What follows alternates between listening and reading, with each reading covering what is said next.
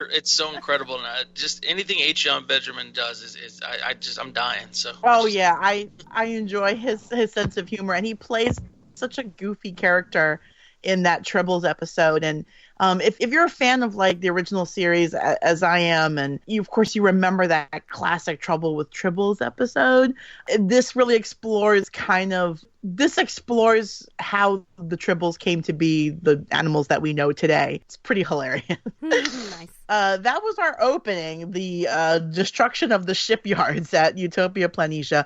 We get our credits with our gorgeous music, and then we cut to a scene with Picard, Laris, and Jabon, or at Chateau Picard. They're looking at the security footage from the rooftop fight.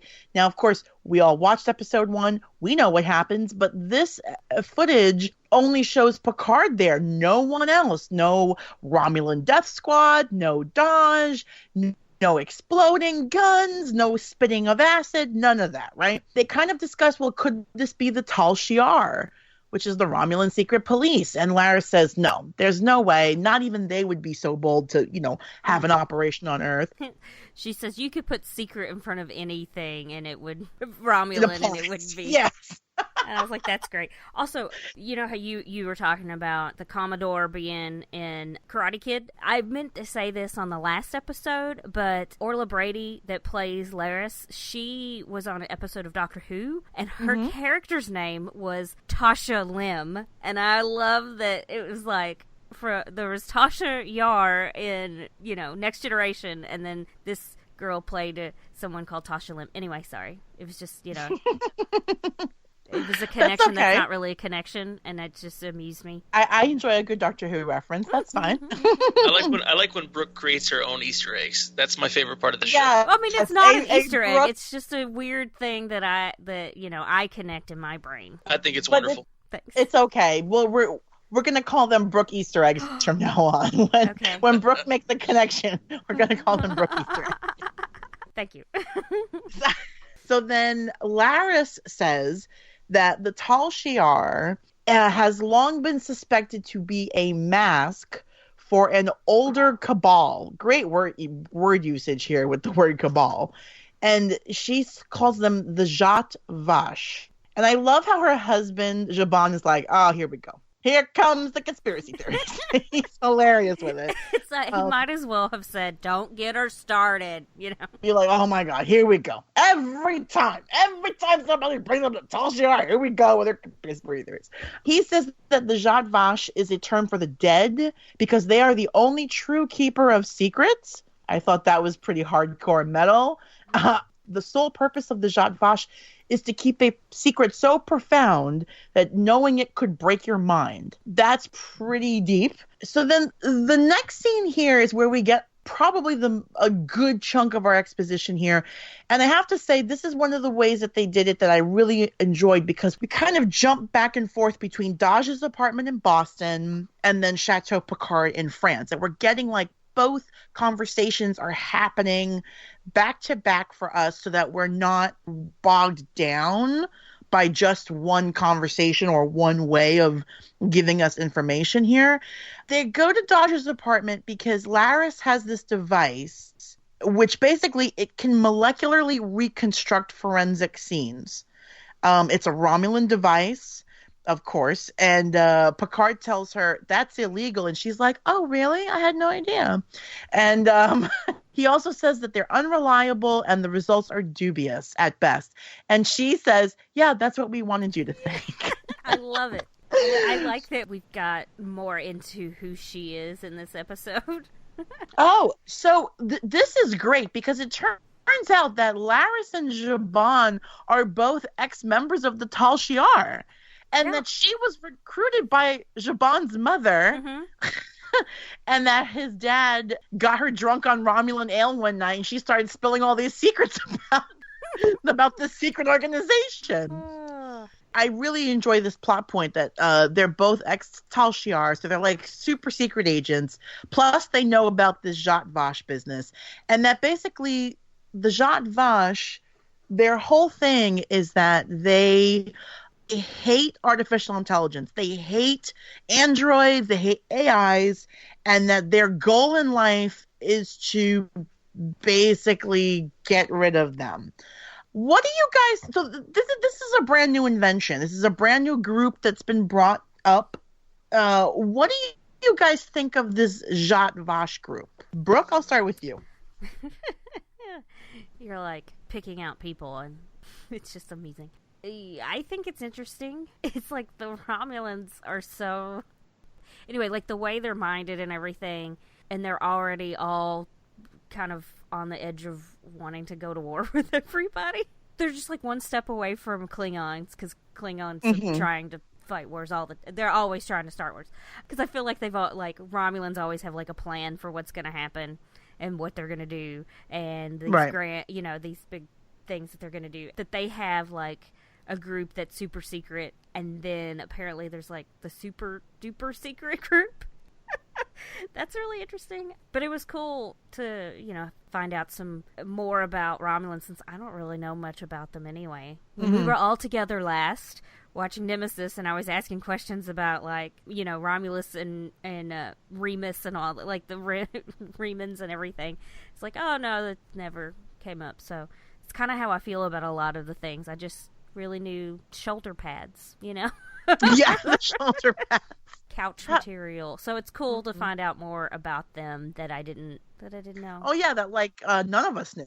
yeah. Oh right, true. But and she had all this tech and stuff, and that they used and all that kind of thing, and knew how to do all this stuff. It was really cool. What about you, Steven? What did you think of the introduction to the secret group, the Zhat Vash, like the secret police? So I know that hardcore fans from any property really don't like retrofitting lore, like way back from just all of a sudden in these new things that there was a group that existed that we'd never heard of, and they're just bringing it up now. But I actually think that's really cool, and it plays into it. Romulans are by far my favorite characters in all of Star Trek, and for me to find out that they have a CIA, but then a more important CIA, like, that's really exciting. The only thing that I'm afraid of that payoff is not going to be there. When she tells you that this organization is responsible for keeping guard of secrets that'll break your mind, well, you better break my mind this season. You know what I mean? Right. Right. You just deliver on that mind-breaking secret. Exactly. Like I'm prepared for my mind to be broken, and if I'm not, it's just like, okay, it's just a cooler name for the Tal Shiar, and you're just kind of like stepping all over, what it was. So, like I said, if it pays off, I'm 100% here for it. If it falls short, then I'm going to be like, well, you just kind of like, you're trying to one up next gen, and you should just stay in your lane. You know what I mean? But it sounds very cool. Mm-hmm. Like I love like the whole, like, they're named after, I don't know how it translates. It says, death or whatever, but spirits, and it gives you that whole like thought about, like ghosts, and like if there are such thing as ghosts and spirits, like who's better than keeping secrets than them, and I love the setup for it, and I just hope it pays off. I think that's a very fair way that you put it, because I have to admit, the first time I watched the episode and they introduced this group, the Zhat Vash, I was like, oh boy, here we go. We're gonna retcon something here. Like what's this about? And then they're like the Knights Templar or something. Yeah. But then I watched it the second time, and I thought more about this group, and I said, this group could be cool. I kind of started to feel like how Steven felt. It was like, this could be a really cool thing that, like, we never knew that this secret organization existed behind the scenes. But yeah, like you said, Steven, I want some mind-breaking secrets here. Like, that's what they said that they're, keeping. I did enjoy the point that she says that the Zhat Vash is not like exclusive to the Romulan Empire, that they also work, including the Klingon Empire, the Federation, and the Gorn hegemony. Did you guys catch that Easter egg about the Gorn? Yes. Oh.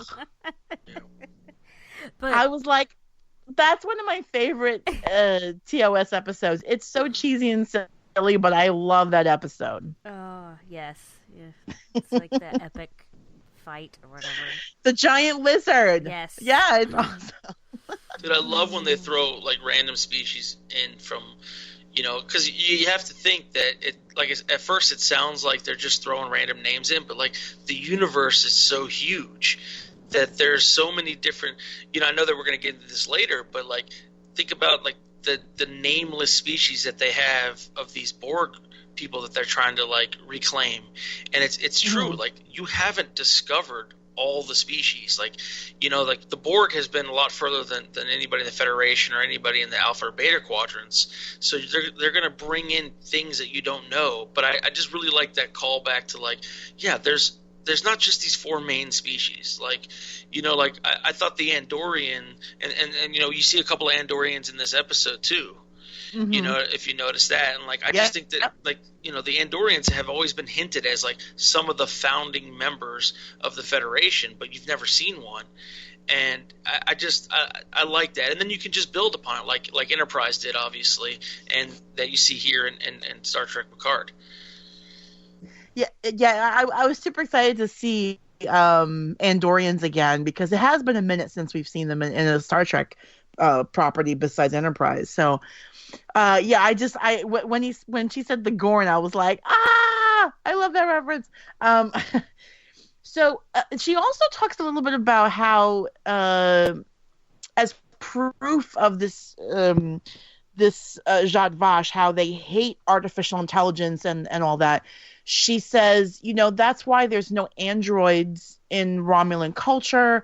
Even their computers have been kept to basically just doing basic computer stuff, like not giving it too much leeway to develop anything, and that they are basically trying to destroy any and all artificial life, artificial intelligence, because they hate it so much. I love how they acknowledge that the lack of the artificial intelligence will actually keep your civilization behind everybody else. I thought that was a really cool thing, because I didn't think about that. You just think of like, it's either good, like a sentient being, or it's an evil technology. But like if you ban all that what you consider evil technology, you're going to be left in the dust, especially 200-300 years from now. Oh, absolutely. I mean, think about even us in 2020, right? If you have an iPhone, you've got Siri, and if you've got an Android, or if you've got an Alexa at home, I mean, not that Alexa is artificially intelligent, but oftentimes you'll ask her about a particular thing and maybe you're a little vague, and she can figure out what you're asking her. The same thing with Siri. Like, you can ask Siri a question and Siri will do her best to try to figure out what you're really asking her. If we didn't have that, I think there'd be a lot of people who would be lost. I use Siri every day. Usually in the morning, I ask Siri, what's the weather going to be like today? And she'll tell me, so does it save me a couple of seconds from looking it up online, which is also still a technological advance? Yeah, it does. But imagine a society with androids that could tell you the weather for the next year if you wanted them to. Like, without that technology, your society will be left in the past, and maybe that's why the Romulans haven't really done much beyond creating their cloaking devices. But don't you find it odd that they're picking apart a Borg cube for technology? Okay, I felt like okay. I guess that's jumping ahead. That's okay. When we get to that scene, we will talk about it, but I did find it to be a very odd choice that they were picking apart a Borg cube in their effort to stop artificial intelligence. Yeah. If you notice in my notes further down, when we get to that scene about how they're talking about they're going to profit off of the Borg technology, it struck me as funny. So it's like, step 1, get a Borg cube. Step 2, remove parts from Borg. Step 3, ? Step 4, profit. Like, they just didn't quite. I don't understand quite where the profit part. I guess they're selling these parts to other people so that they can extrapolate, kind of the technology. Maybe they're selling them to the Ferengi, right? For the rules of acquisition. I just don't. It just seems like I'm